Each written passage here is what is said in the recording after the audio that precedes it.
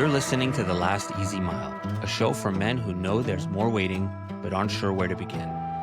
I'm Josh Farahi. Whether it's carving out space for adventure, being a more present and intentional father, reconnecting with your physical edge, or rediscovering a forgotten skill, this podcast is about moving from stuck to in motion. Each episode explores that in-between moment, right before the leap, when the excuses run out and something real needs to begin. We cover fatherhood, work, faith, creativity, and what it means to keep showing up, especially when no one's coming to rescue you. Welcome to The Last Easy Mile. Let's walk it together. Got three of my own, and they're still pretty young, 9, 7, and 3. So I'm in the thick of it. Yeah. But thanks for joining, man. I appreciate you giving me your time, and I have been following you along online, and it's pretty cool stuff, man. I came across your Instagram page and your other platforms. I'm like, this is a guy I got to talk to. He's out all the time. You're a Colorado guy, which I love. Colorado is wonderful. I'm actually headed to Telluride next week for an elk hunt, so I'll be hiking up in some high elevation there. You can give me some pointers, but tell me a little bit about yourself and how you got into what you got into, and if Colorado's your home. Yeah, what's going on over there in Colorado on those 14ers you're always climbing? So for me, I actually born and raised in Colorado, third generation on my mom's side. My grandparents came to Colorado my great grandparents came to Colorado a long time ago. And then on my dad's side, they were very similar to a lot of people. They come here, whether it's stationed here in the military or they visit and they're like, I want to stay. Cause I think, like Colorado in general is kind of like a like positive migration almost every single year. And I kind of just grew up spending a lot of time outside. I wasn't a really good student. Like that wasn't my thing, Sure. but when it was, hands-on and, in 6th grade here, a lot of the schools, they do this thing called outdoor ed or, high trails or something like that. And they'll go out for a week or so, a few days in the mountains. And in elementary school, that was the first compliment my principal ever gave about me, because they're like, she's like, hey, he knows a lot, because that's just where I felt comfortable, and then once get to high school, get driver's license, spent a lot of time four-wheeling, did a little bit of small game hunting, a lot of fishing growing up. That just, like I said, that's just where I felt comfortable. Well, because I was a bad student, I didn't follow the traditional path of, go to college, because a lot of colleges, they wouldn't even read anything as soon as they saw my GPA. So I was just working, like I was just, working almost a minimum wage job as all my friends were going to college. And then in February 2005, I got a call, old home phone call late at night. And it was a guy named Bruce Civil, and he was a recruiter from the Army. And he said, this is 2005, Afghanistan, Iraq, both going on. He's like, in the thick of it. And he's like, you ever thought about joining the Army? My grandparents both retired from the Army. And I was like, hadn't really thought about it. And he's like, you want to go to Applebee's? And we could talk about it. Like, so I was working minimum wages type of jobs. And I was like, sure. 6 days later, I'm at Fort Leonard Wood basic training. Like I am gone. And a lot of people, when they join, they have these like, noble causes. And I want to do this since I was 9 or things like that. And I really just wanted money for college. Right. And so I joined in the reserves just to get money for college, do like my 5 months training, come back, get in the reserves, start off at college. And I was like, you know what? I was like, college just isn't for me. Like this, going to these classes. So I made friends with a recruiter on campus, and I was like, hey, what does it take to go active duty? Because all I want to do is active duty, and the wars are going on, and I'm like, I want to deploy. And it was just kind of funny because they're like, well, what do you want to do? And I'm like, well, I don't know, infantry, airborne infantry. Because at that mind, I thought that was the hardest thing. Well, one of the recruiters in there was like, you should try this like special forces candidate thing. It's where you go out and you become airborne infantry. And if you, fail, then, for the special forces, at the time you would go airborne infantry. So I was like, all right, I'll try. And, maybe, if I fail or if it gets hard and, it quit, which I've never really quit anything in my entire life. I was like, I'll try that out.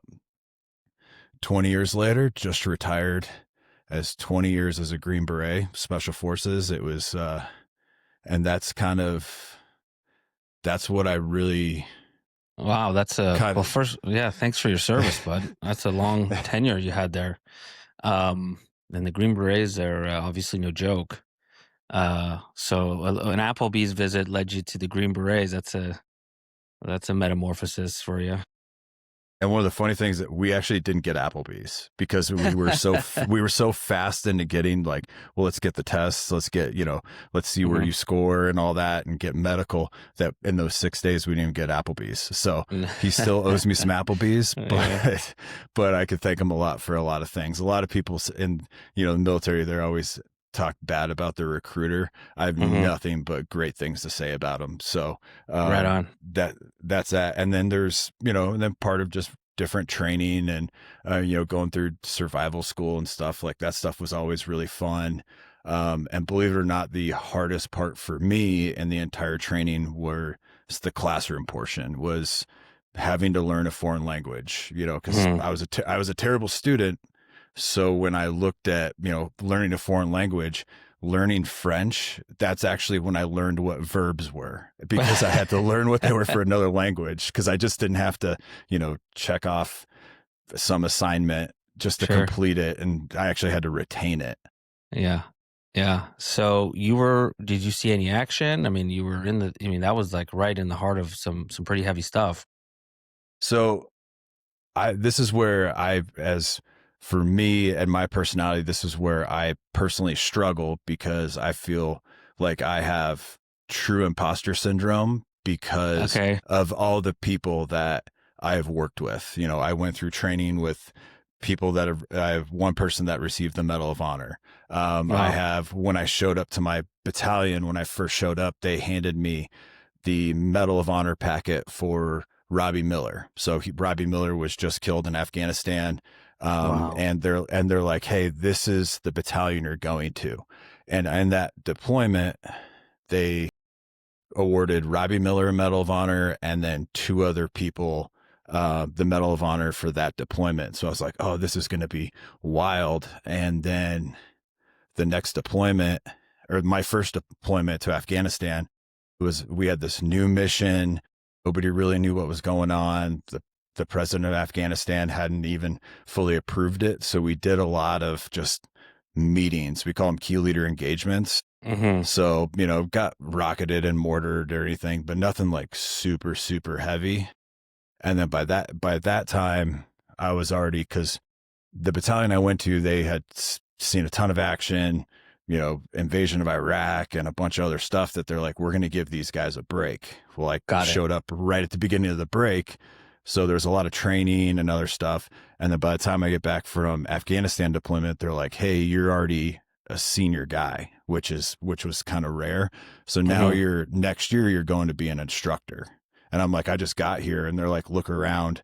And there was a bunch of people that showed up after me, and I was one of the senior guys. So then I had to go work and do my instructor time, which I worked. If you've seen that documentary, 2 Weeks in Hell, where they run guys through selection, that's where I have. Yeah. Wow.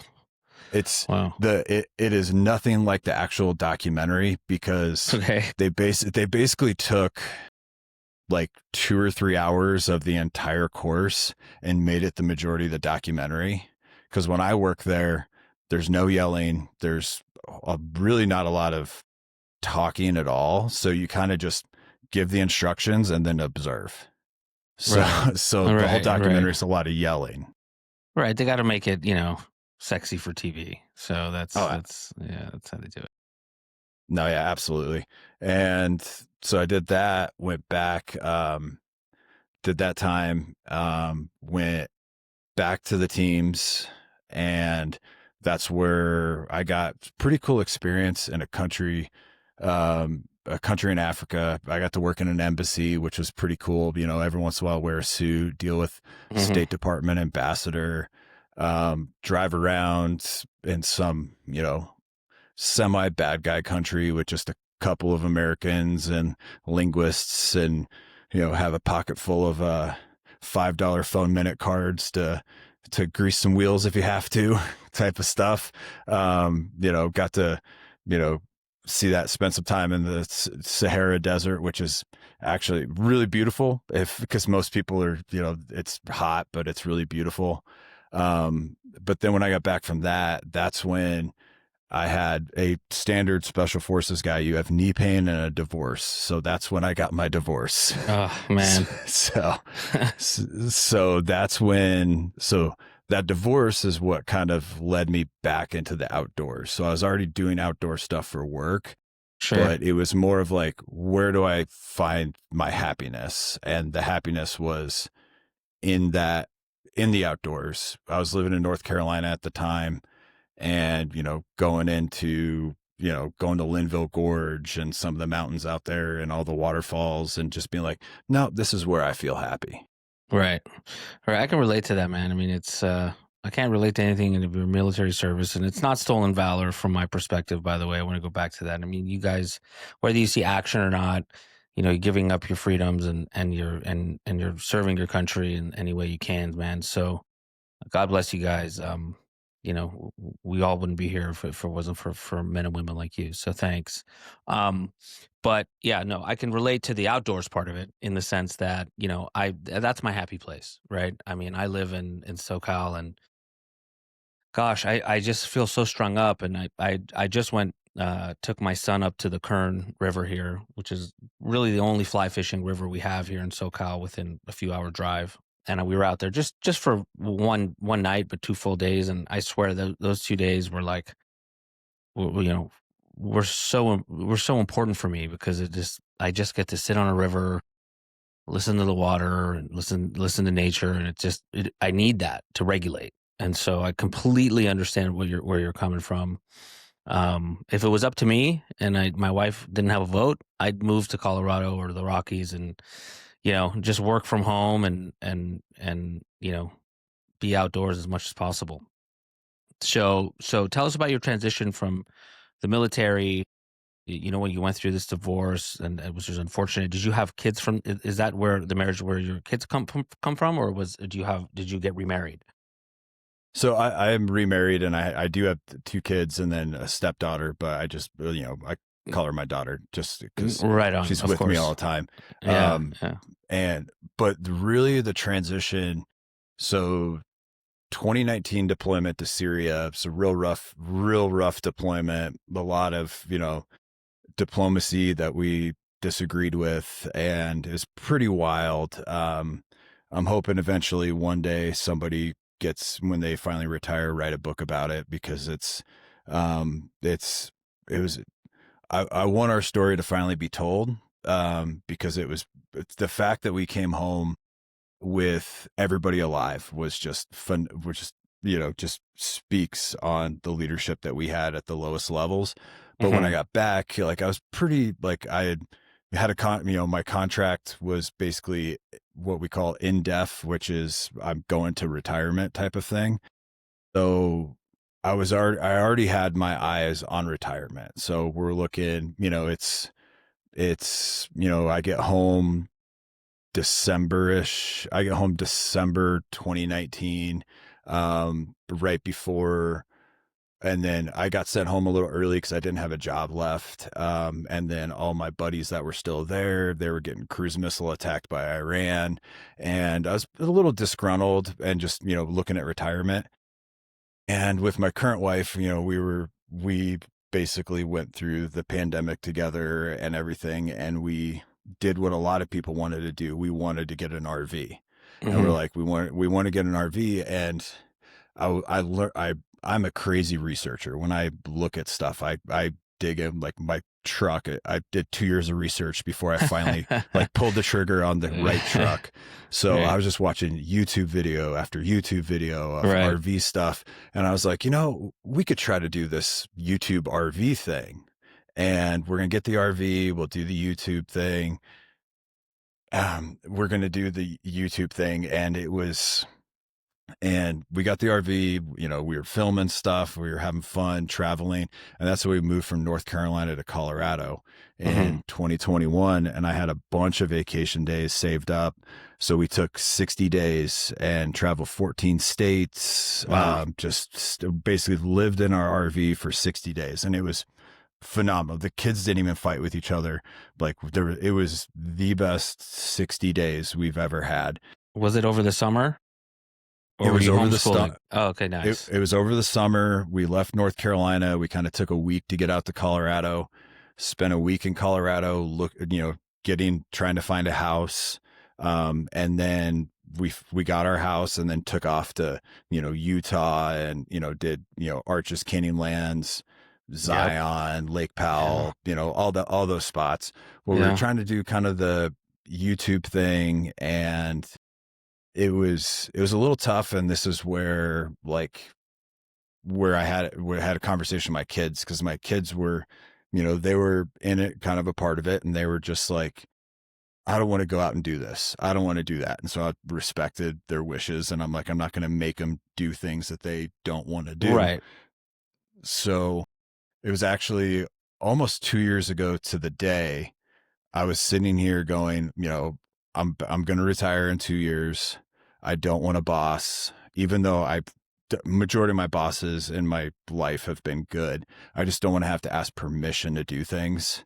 And so I was like, I still want to, do this outdoor thing. So secretly I started a TikTok because I was so against TikTok. I was, Right. that's the young kids, we're getting spied on, whatever, like, all the Mhm. stuff that somebody my age, would say about TikTok. Well, I secretly started a TikTok. I started getting a little traction. And then I had this one video as a random thought that I had at night. And I was like, I'm going to record this in the morning. I, typed in the idea. I just went on my front porch and I had a video that said, at some point in your late 30s, you'll be obsessed with a tree, not a single tree, but there's a tree in your life that could be better. Like it needs to be trimmed. It was planted in the wrong place, whatever.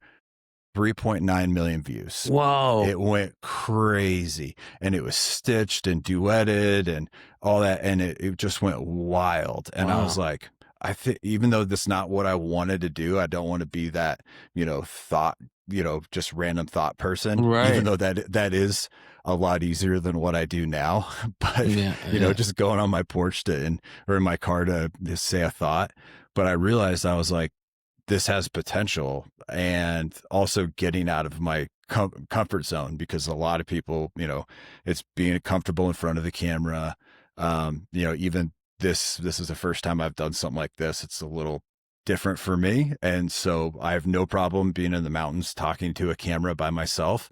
This is a Right. little bit different for me. Sure. So getting out of my comfort zone, which is Right. something I've done majority of my life, and, taking that step. And then so continuing that year, I was just trying to figure out not necessarily what works on social media, but also what I wanted to do. And Mhm. because that's what I think a lot of issues with social media is there's a lot of imitation, but imitation can get you views. It can, following trends and stuff, it can get you views, but to actually like build followers, build a community, get the messages that I get, and the comments about where, because of you, I was able to do this. It's because I kind of created my own style. And, because there was I noticed a lot in social media. There's a lot of here are the beautiful places instead of how to enjoy the beautiful places or how to take Yeah. that first step. And so I started I did another video where I talked about bear spray, which is a topic that I've done a few videos on them, and they're always really popular, Mhm. because there's a lot of opinions on bear spray. but I did a video, and I'll say I've kind of used some language to, it wasn't necessarily like a call to action, as they would say, but I used something like, so I was talking about a specific attack, grizzly bear attack that happened in the Tetons. Well, I used the term brown bear. So if you go to the National Parks website, it says all grizzly bears are brown bears, not all brown bears are grizzly bears. So technically, you have a species and a subspecies.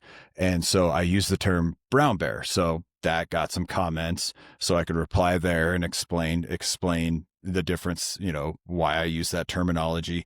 But that video went crazy too. And that was, 1.9 million views. And then what was also pretty funny too, because there's always the comments too about like my bear spray. They'll say, they'll bring up what type of gun they carry. But at that point, I couldn't kind of reveal what my day job was, like being special forces, because we have some rules to that. And so it's just funny seeing the comments of like, this guy's never carried a gun in his life and things, which is pretty, which is pretty funny. Yeah. But then that bear spray video really kind of led me into, maybe people just like, there's a lot of people that want to get outdoors, but they don't know where to start. They don't know, they want to camp, but they don't know where to start. And,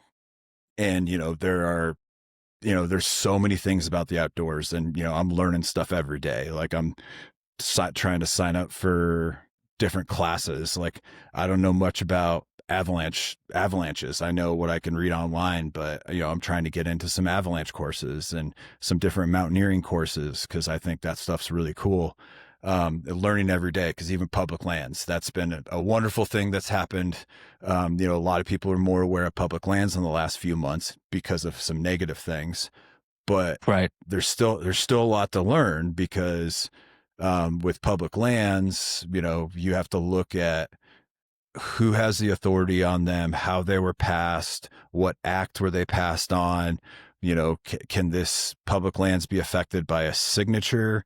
Does this need congressional approval? And, just trying to educate people in those different aspects of the outdoors. Because I was fortunate enough to be raised with, going outdoors, having some good mentors. Like my church that I grew up in, they had a recreation minister, because it was like a big mega church, and we do rock climbing trips and different camping trips and stuff, and I learned a lot from those people.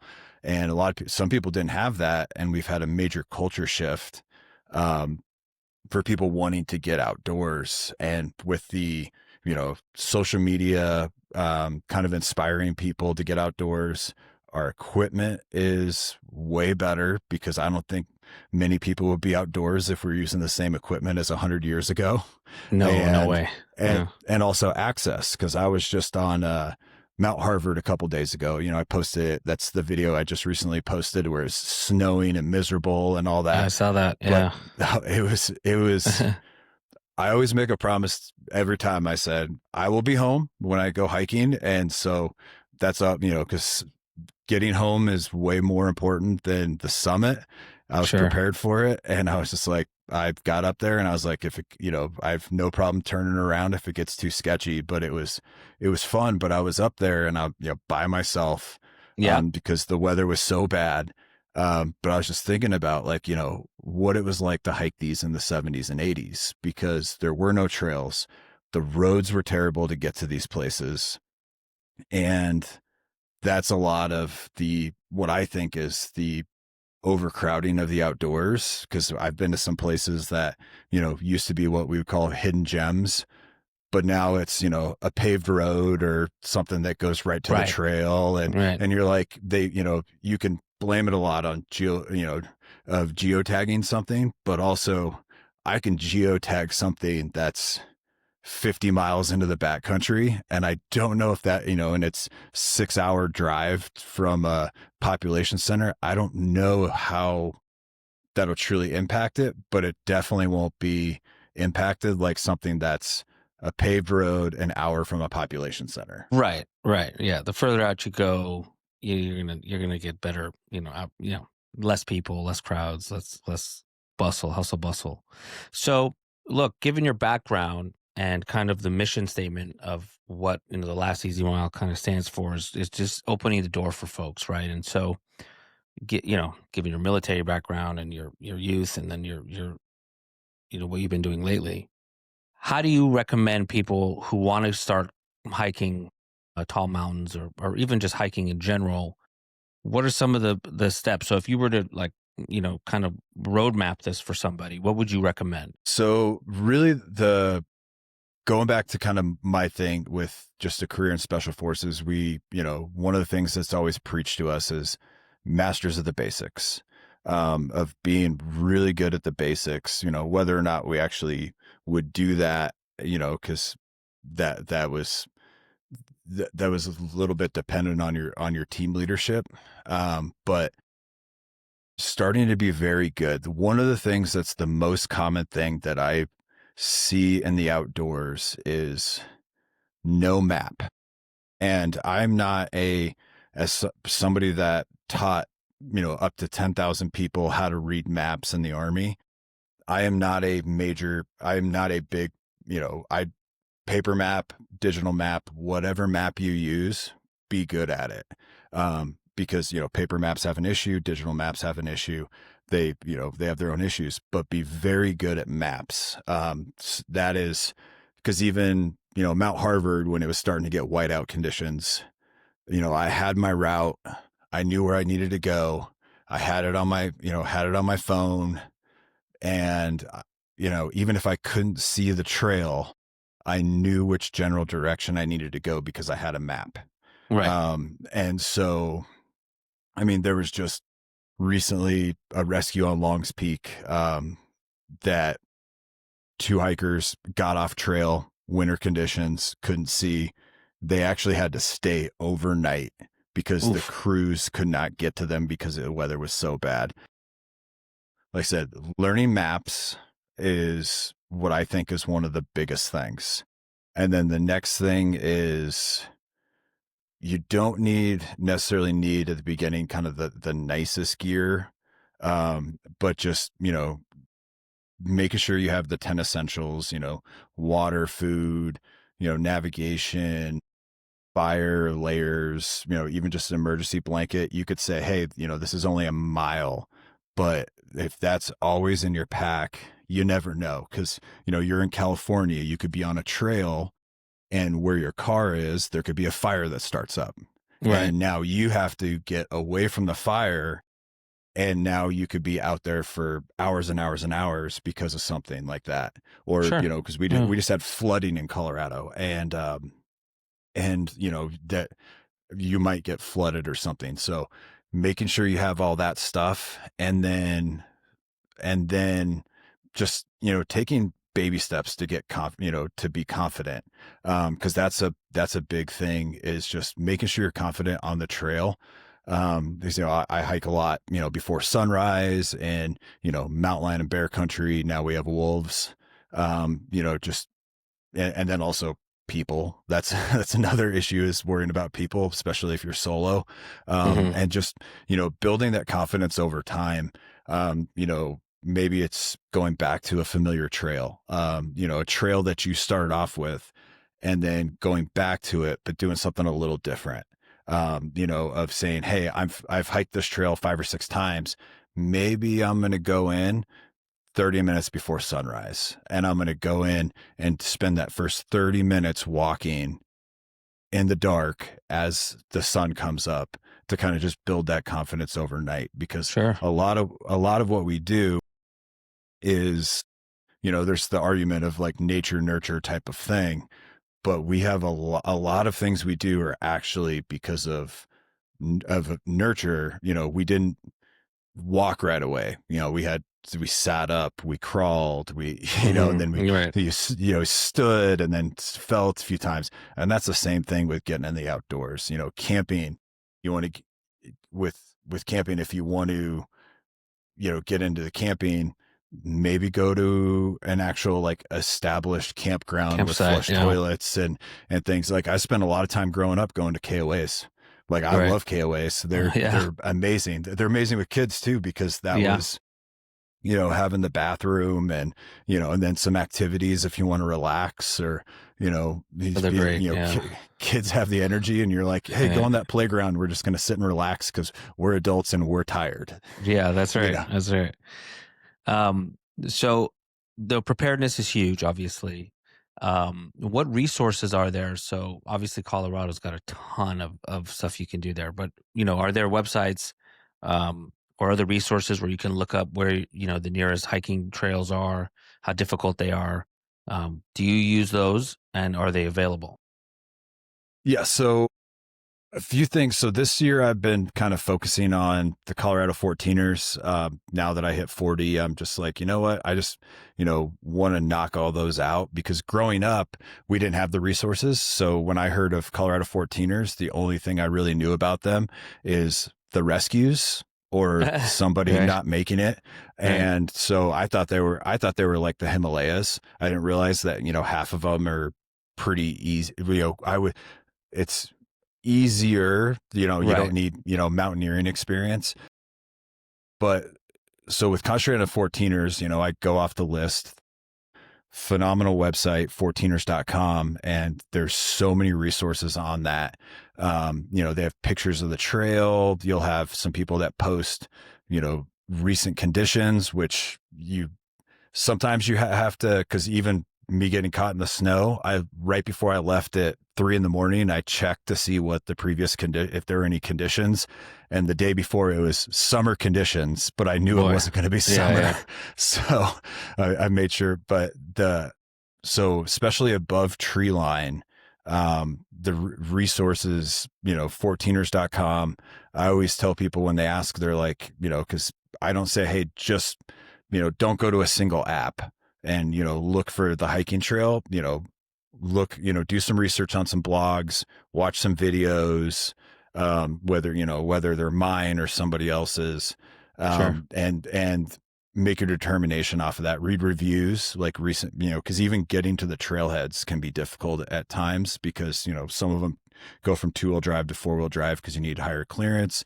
So it's more of a comprehensive research to actually find them. But there's so many great apps out there that you can, whether it's All Trails or Gaia or, Onyx, they'll show you the hiking trails, but you see that hiking trail and then that's where the research starts. And it could be 30, 45 minutes, research, and you realize it's not that big, super difficult or something like that. And then, I've said, download that map, download that map. So you always that's have critical, right? So you can get to it if you don't have reception, right? I mean, I've done that before where I've gone out and I didn't download it onto the phone locally or onto the iPad. And it's like, oh, I'm kind of shit out of luck here, So that's an important one. What about, what kind of gear do you recommend, whether it's a brand or a style, that folks kind of can look into to get suited up for something like this? Well, so starting with footwear, I've been a hiking boot, just being my age and how I got into the outdoors, hiking boots, and I was like a hiking boot purist forever, Right. and I buy high quality hiking boots, usually not made in America. They're usually European brand because, between, A Solo and Scarpa and, all of these, European brands, the hiking in Europe is it's so different. Like the culture is so different than in America because they do a lot more, the Alps and other stuff. So Right. their boots are really, really high quality. But this year I actually wore trail runners for pretty much every single hike I did, backpacking and everything. And during the summer, they're amazing because even, because I look at hiking boots, I'm like, oh, they're waterproof. But when you're crossing water at your knees or hips, or like your boots are going to get wet, your shoes are going to get wet. Like we would just take them off, throw in our Crocs, walk Right. across and throw them back on. So for me, I'm a big fan of trail runners in the summer. But as soon as that first snowfall happens, I'm back into boots. One of the things that happened last year on Quandary Peak, So in the spring, it's super deep snow, but it's starting to warm up, and search and rescue actually had to come out because people were losing their trail runners hiking in the snow because they were post holing, falling through the snow up to their chest. So, and they were Yeah. losing their shoes up on Yeah. the mountain. And so search and That's rescue was rough. coming in. Yeah. So for me, I'm like, I'll just throw on the boots. Right. It's, They're not coming off. Yeah. yeah, Yeah. they're not coming off. Um, and as far as like like clothing and stuff, never cotton. It doesn't dry. Synthetic merino wool type of clothing that dries really fast. There's a company in Colorado I've been working with kind of all summer, called Hamali. It's actually like when I first saw their stuff, I was like, let me try to be an affiliate with them. I want to check out their gear. And then a couple months later, they saw a video that I did about, what to do if you're lost. And actually, King County, Oregon Search and Rescue shared it. That's how they saw it. That's how they saw my video, because they partner with Wow. them. And Okay. they reached out and they're like, hey, you want to try some of our stuff and possibly be an affiliate. And I was like, my request has been in your inbox for 3 months now. Funny. But I was like, absolutely. But then, starting to dig in more to their company, and they are like, if there's a team of just, say the Hall of Fame of, current mountaineers and stuff, they are like, that is their crew. That's the group, huh? What's the name of That's the company or the business? it's Himali, Himali. Nice. Okay. And so like one of the co-founders, we actually stopped off at their store in Boulder, and he just got back from his 18th Everest summit. So 18. And then one of the other, I don't know if he's a co-founder or one of the owners, but he was one of the original gear designer and testers for Mountain Hardware back in the day, while he was completing the 14 tallest peaks without supplemental oxygen. He's the first American to do it, Ed Viester. Wow. So if you've seen the IMAX documentary, if you've seen the IMAX Everest documentary from the No, 90s, I have not. well, they filmed at the same time as the John Krakauer book, Into Thin Air, where, major tragedy on the mountain. But Ed Viester, he's in that Everest documentary doing a summit without supplemental oxygen. But he's been testing and designing gear, since the 90s, Sounded like he's got before the the pedigree 90s. to make the right kind of stuff, right? Absolutely. And, it's, Yeah. they always say it's, designed for the Himalayas, but, I've been wearing it in the Colorado mountains, and it does perfect. It does perfect. Right. I'm able Okay. to push further in the mountains in worse conditions because I'm, have better clothing and stuff. So, Right. It's critical. Right. yeah. The gear is actually critical. I mean, the new stuff, the synthetic stuff that, wicks away moisture and prevents you from oversweating and all that stuff. Even if you're hunting or doing whatever, it's just a whole different animal. It's such a game changer. But that leads me to another point. So like, I love the lightweight gear, and this is something that it's been just on my mind, and I don't know how to like approach it without like making some people a little angry. But the ultralight, I love the ultralight crew, like the people that go ultralight, but that for beginners, you definitely should try to buy light gear, but you definitely should not skip gear to just because you're trying to hit a certain number of a weight. Cause it's great for social media engagement to like hold up a pack and see how much it weighs and things Right. like I've that. seen that. But, Yeah. but just because you see a number, you should not ditch gear because your pack is a certain amount as you're starting Right. off. A lot of those people that are carrying super super light packs, they're very very experienced. And it also, and it goes into perspective, because I was talking to somebody the other day about packs, and when my wife and I went backpacking, it was funny because I had camera gear and all that, and I was like, oh, it's not a bad pack. I normally I'll never, it was like 50-ish pounds, or it was like around 50 pounds, which is, super heavy in the current backpacking community. Right. But then just throughout my Army career, I was like, 45 pounds is what was the minimum we would train with. And that's not including water and food. Right. So, having 100-pound pack during like our training was kind of normal. And so Right. having 50 pounds, I was like, oh, this isn't bad. Right. Right. Right. Well, not everyone has the benefit of being, a Green Beret. But no, I think your point is clear, right? It's like, don't try to be the lightest, try to be the best prepared, right? I mean, and then conditions matter too, right? If it's summertime and you're not going to get into inclement weather, and you're going on a shorter hike or whatever, it's different than if you're overnighting it or backpacking or what have you. So I think the key is just to do your research, check the weather, always let someone know where you're going and when you should be back if you're going alone, all that good stuff. What are some of the most what are some of the most interesting things that have happened up there in the mountains, or what are some highlights that you've done over the past few years that have been either running into wildlife or being in a sketchy situation? Well, so I love kind of like the wildlife that is not like the big animals. So like, you know, seeing, a pine marten, or the last couple hikes I've been on, like the ptarmigan have just been Mm, crazy out there. And it's kind of one of those like I love seeing them. I remember a couple years ago I saw my first mountain goat, and I'm usually really good around animals. Like I do I say I archery elk hunt, but I really just go in the mountains for a week and hike around with a bow. I'm not good.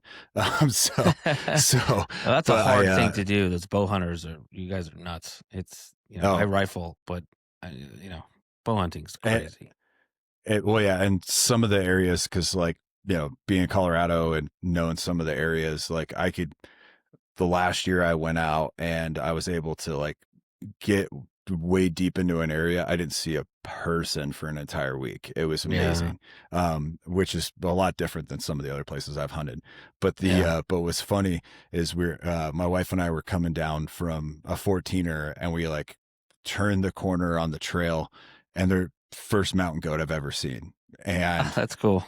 I lost all composure, and I was like trying to switch out camera lenses, and I like kind of like I was just like, oh, like really loud, and I was like, oh my, like that was uh, not the right thing to do. Thing to do. Yeah. And so I had that last year. I had like 3 close bear encounters, but that's like I had one. I was scouting for the area I was going to go hunting, and I was coming down from the area, and I'd passed some, people with horses, and I thought it was like a dog or something. I heard it, and I was just like coming around, and I was like, let me try to get like a picture of this. And I come Yeah. like kind of sneaking around and like come around the tree, and it was, was it a deer or something? And like 6 feet away, there's just a bear kind of just right there, and Whoa. he didn't see me yet, so I kind of stepped back behind the tree, kind of slowly was walking away, and then made a little noise for him to like take off, because Takeout. Yeah. Yeah. Yeah. um and that's what last year, all three times running into bears. This is another one, bear bells. A lot of people wear bear bells. Hmm. There's really nothing to back that. And actually, Dr. Tom Smith, which is kind of the lead bear bell expert, says that bear bells don't work. But Hmm. all 3 of the bear encounters, I heard the bears before they even knew I was there. So like Right. if you've got a bell, maybe the bear hears it and takes off, maybe it doesn't. But just the conditions of those days, wind was in my face, so bears bears sense of Smell smell you. is Yeah. phenomenal, and Yeah. so they couldn't smell me. And I heard some noise, and I just kind of looked, and was slowly moving in, whether I wasn't sure if it was a moose or a deer or something.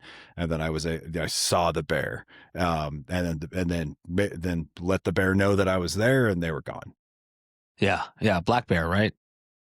Yeah, Colorado's just black It's bears. just black bear in Colorado, right? I mean, Yeah. they're relatively skittish, right? I mean, they rarely get aggressive. Those black bears. Is that? I mean, that's what I've heard.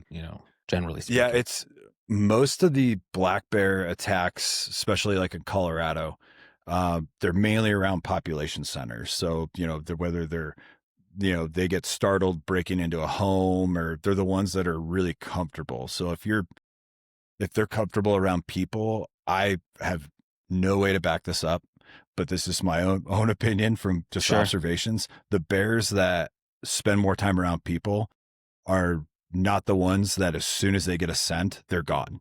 Or as soon as they hear you, they're gone. They're the ones Right. that are just like, oh, I'm Probably used more to these. dangerous, right? Yeah. Yeah. And Yeah. so, like, hiking closer to population centers, those are, I wouldn't say the bears to fully worry about, but they're the bears that are not going to run away as much.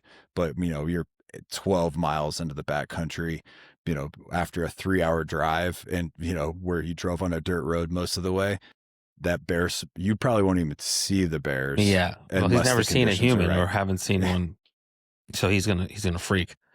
So no, I think that's probably it's anecdotal, but I think it's probably grounded in some truth there. Are you armed when you go up? I mean, do you take firearms with you, or just bear spray, or So I always have bear spray on me. As far as the other stuff, that's something that I think nobody should ever admit on social media or okay, anything fair enough, publicly fair enough, what they actually carry, because fair enough. that's I'm out there in the public, and there are Okay, people that actually don't like me. okay, So okay. so yeah, No, no, that's so fair. that Yeah, no, I get it.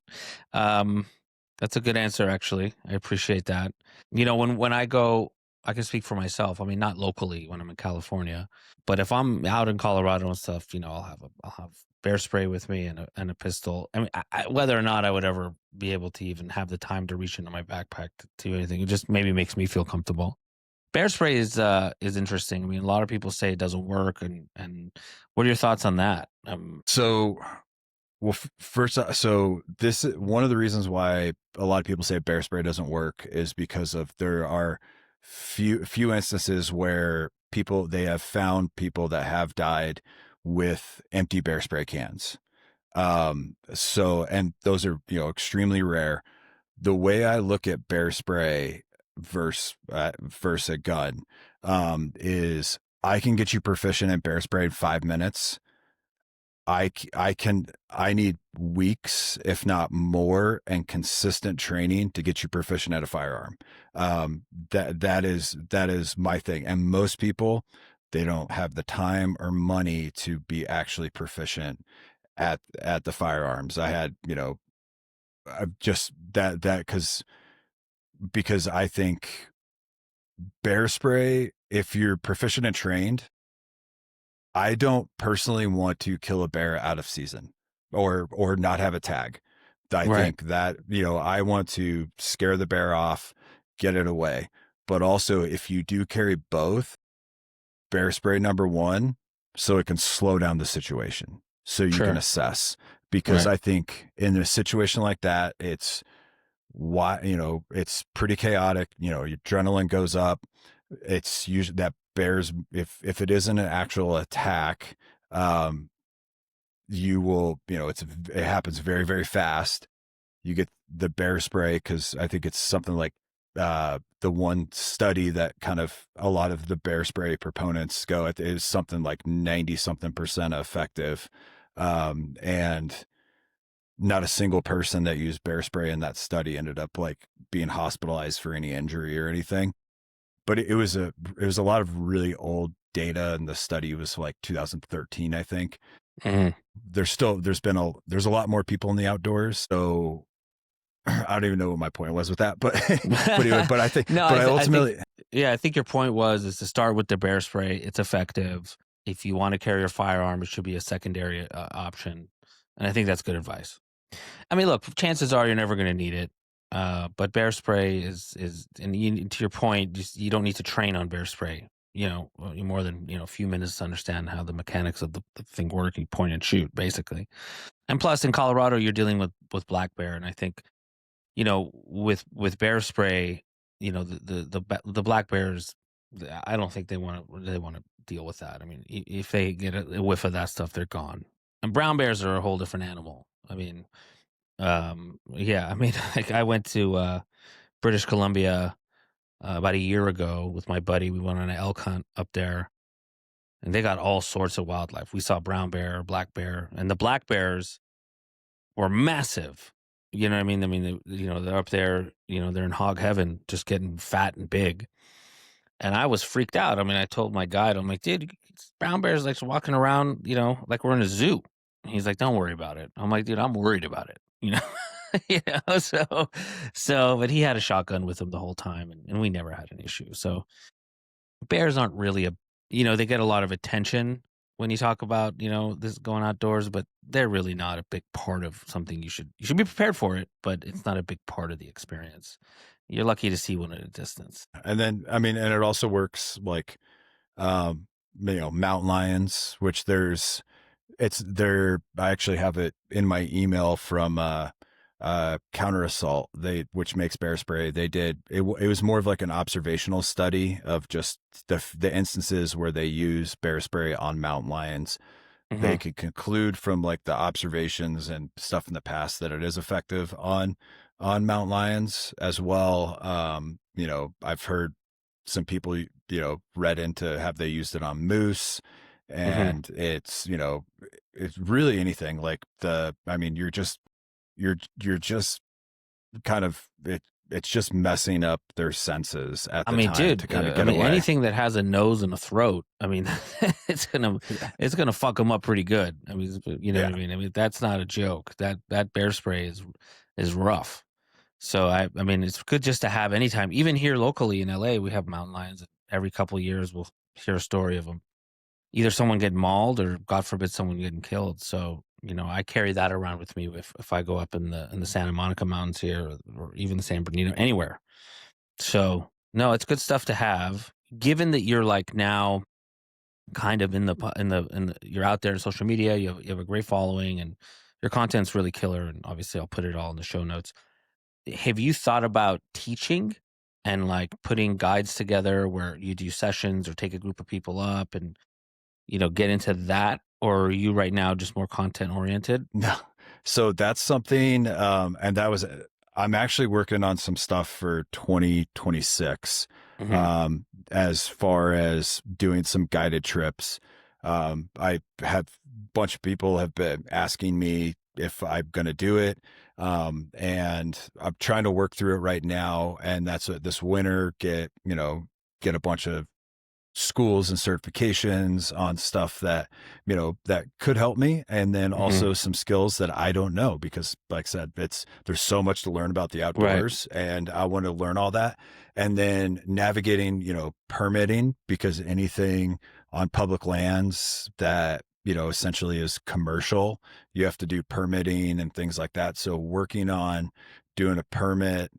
And there's like one area, like I won't even say it because it's one of the last true hidden gems of Colorado, of Hmm. possibly doing like a small group into like a guided backpacking trip into this area. It's so remote. What's funny is, um, if you look on some of like the apps, every single trail on there is a 1-star review, because people don't are trying everything they can not to make it known. Oh, I love that. So That's so yeah, smart. it's awesome. Yeah. But even then, like, I think if Yeah. people did know about it, it's so hard to get into Right. that I don't Yeah. know if it would truly get blown out. Um, Right. but but I am trying to work on that. I've got a buddy that worked for me in the Army, because we have a lot of people that they want to learn backpacking skills, and hiking skills and other stuff, and then also, like different things like photography. And so like one of my friends, he was a combat cameraman in the Army, and and we're kind of putting our brains together because he is a phenomenal photographer. Hmm. I mean, he's, taking pictures, in Afghanistan, and, won some like military awards and everything. Wow. So having him join forces to essentially do these trips where, you learn outdoor skills, then you learn a little bit of photography, and combining these, and That's really smart actually, because a lot of people that go outdoors want to, they want to take photos. not just from their iPhone, but maybe take it to the next level. Is there anything that I maybe have missed, or things that you want to share about what you're working on? Any pointers that I didn't point out that, or didn't ask questions around, that you think are important? Well, don't have to worry about respect time. I am retired, so Okay, cool. So so we can keep and this going. is kind of just what I'm dreaming to do for Yeah, kind yeah, of for the cool. future. So, um, no, I think kind of just the big thing is, like I said, it's for people in the outdoors. Like it's such it's so important, kind of like in our, living in 2025, because like I even see with my kids, anytime we they're on electronics a lot, they play their Hmm. games, they kind of live in that world, but just seeing them in nature when they're out there, and then sometimes they might not like it, if they'll have their moments. Like we went on one hike and they asked me, they're like, hey, do you think we can do this? I was like, physically yes, mentally we'll see. And Yeah, they yeah. and all three of them cried at one point, but they did it and they still talk about it because of just how awesome and beautiful Oh, it that's was. cool. But Yeah. it's kind of, the outdoors, it gives us, you know little, depending on what you want, the little bit of adversity, it can be a really peaceful experience. It can be a terrible experience. It could be, type 2 fun. It could be whatever, really whatever you want it to be. And that's just why I love it so much. Cause you could, go on a little, go check out a nice lake and have lunch, or you could go, chest deep snow and freezing Right. temperatures. Right, right. And test your will against Mother Nature.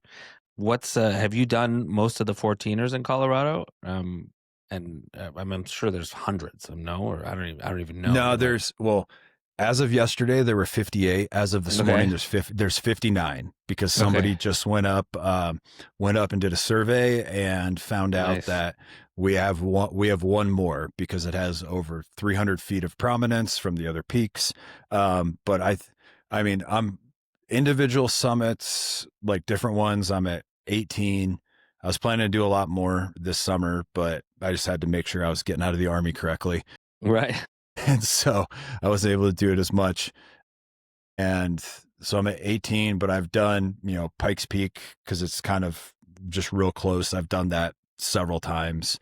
I've done a couple of them multiple times, whether it's, a couple times in the summer, or like Quandary Peak. I've done a fall and a winter summit of those, which is, the winter summits are fun. They're way harder. Walking in the I'm snow is sure. so much Yeah, slower, yeah. but yeah, but that's just, I just want to keep knocking those 14ers out, and getting into more challenging ones.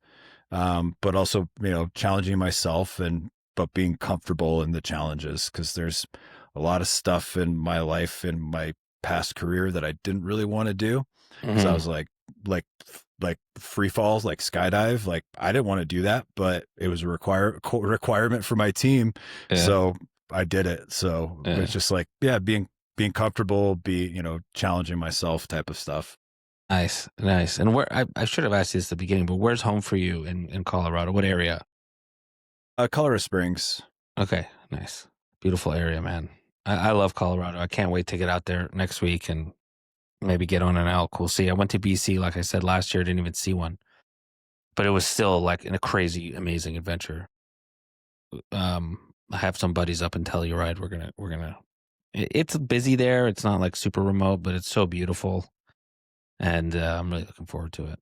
So Oh, it's an amazing part of the state. Well, I yeah, mean, there's so many great parts of the state that yeah. I mean, I haven't even, there's still places that, even though I traveled, we did a lot growing up of camping, because that's all a lot what we could afford. And so Hmm. we did a lot of camping, and there's still places that I'm still discovering, and it's really awesome. Nice. Yeah. No, Colorado's endless. I really love it up there. So I'm glad to have had you, man. Maybe we'll reconnect and do it again soon. And we'll talk offline maybe about setting up, some sort of guided stuff if you're ever interested in that. But I think I'll put all your social media information in the show notes.